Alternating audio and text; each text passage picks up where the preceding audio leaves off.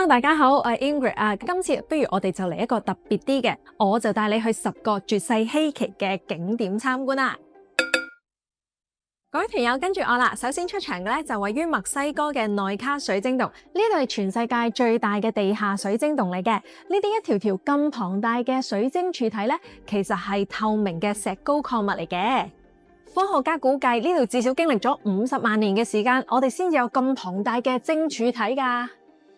由於呢個水晶洞地下幾公里咧，就已經係地下岩漿嚟嘅，所以呢度非常之炎熱，大約有成攝氏50-60度，而且非常之潮濕。如果冇冷卻保護衣嘅話，我哋留喺度10分鐘就會有性命危險噶啦，所以都係盡早走為上着啦。跟住我哋就嚟到位於加拿大卑詩省嘅斑點湖，如果團友有密集恐懼症嘅話，咁就敬請回避啦。斑點湖嘅礦物質非常之豐富，當夏天嘅時候蒸發咗大部分嘅湖水之後咧，就會露出湖底嘅礦物質。隨住季節、礦物成分同埋降雨量嘅變化，湖水嘅顏色亦都有變化嘅。咁有好多人咧都相信呢個湖水係有治療嘅功效嘅。咁而喺第一次世界大戰嘅時候咧，亦都有人專登嚟呢度開採礦物嚟到製作火藥㗎。今次我哋就嚟到呢個撒哈拉之眼，呢度亦都被稱之為理查特結構嘅，位於撒哈拉沙漠嘅西邊。呢啲一個個巨大同心圓形嘅地貌咧，直徑足足有40公里咁長，仲遠過我哋由尖沙咀上到深圳啊！所以我哋一定要飛到好高，先睇得晒成個撒哈拉之眼嘅全貌嘅。以前啲人咧以為撒哈拉之眼咧係由隕石撞擊造成嘅，不過一直我哋都揾唔到隕石嘅證據，咁所以咧而家普遍都認為撒哈拉之眼其實由侵蝕造成嘅。跟住我哋就嚟到位於美國內華達州嘅飛噴泉啦。呢度係一個間歇泉嚟嘅，泉水可以飆到1.5米高。咁因為咧上面啲岩石有一啲藻類生長緊啦，所以展現出紅紅綠綠好鮮豔嘅色彩。飛噴泉咧並唔係天然形成嘅，而係幾十年前咧地熱能公司因為佢鑽井嘅時候意外造成嘅。佢哋嘗試將個井口封實佢，但係就失敗咗，就變成而家呢個樣啦。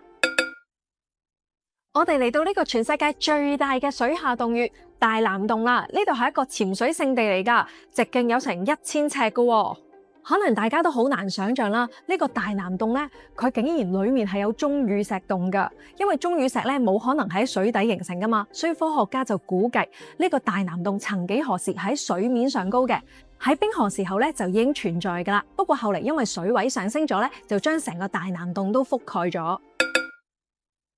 大家有冇諗過呢個大自然嘅冰川竟然係會流血嘅呢？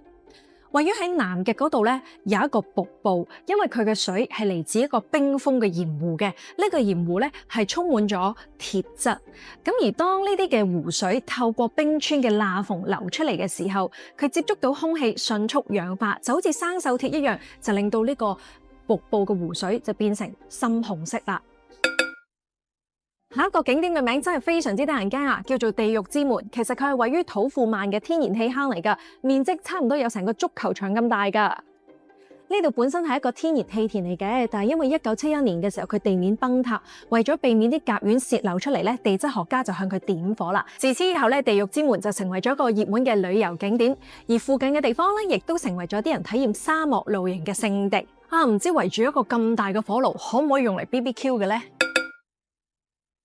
下一站係位於南美嘅羅賴馬山，呢個係一個平頂嘅大型山峰，長度咧有成14公里嘅。如果望落去係一個400米嘅懸崖，足足咧就好似 IFC 2期嘅高度嚟㗎。因為佢處於一個人跡罕至嘅地區啦，所以由發現佢到而家100幾年以嚟咧，佢都能夠保持到原始嘅面貌，被認為係一個最獨特亦都係最乾淨嘅山嚟嘅。2009年 Pixar 嘅動畫《衝天救兵》就係以羅賴馬山為原型，就講述一對老夫妻啦，就坐住飛行屋嚟到南美去旅行，最終就到達咗佢哋嘅目的地天堂瀑布。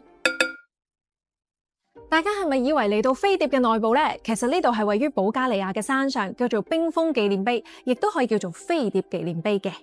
呢度係為咗慶祝保加利亞共產黨成立90週年而建造而成嘅。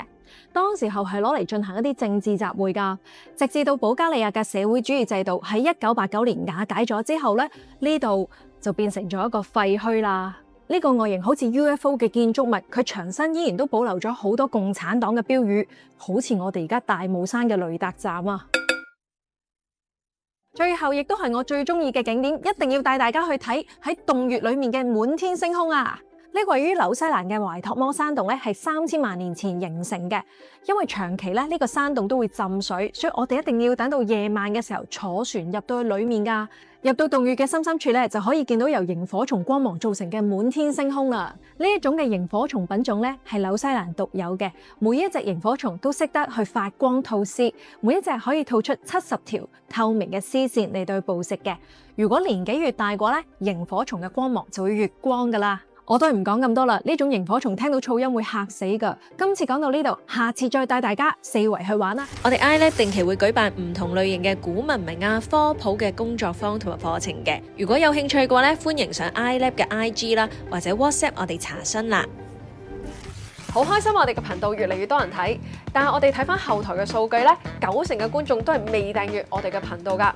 咁希望各位觀眾咧都訂閱翻我哋呢個頻道，去支持一下呢啲高質量嘅製作啊！你哋嘅支持同埋訂閱對於我哋嚟講係好重要㗎。有你哋呢一份嘅支持咧，我哋先有動力去繼續經營同埋做呢啲冷門嘅題材。呢啲喺香港都係好少人做㗎，所以記得要即刻訂閱呢個頻道，撳埋隔離嘅鐘仔，咁下一次我哋出新片咧就會第一時間收到通知啦。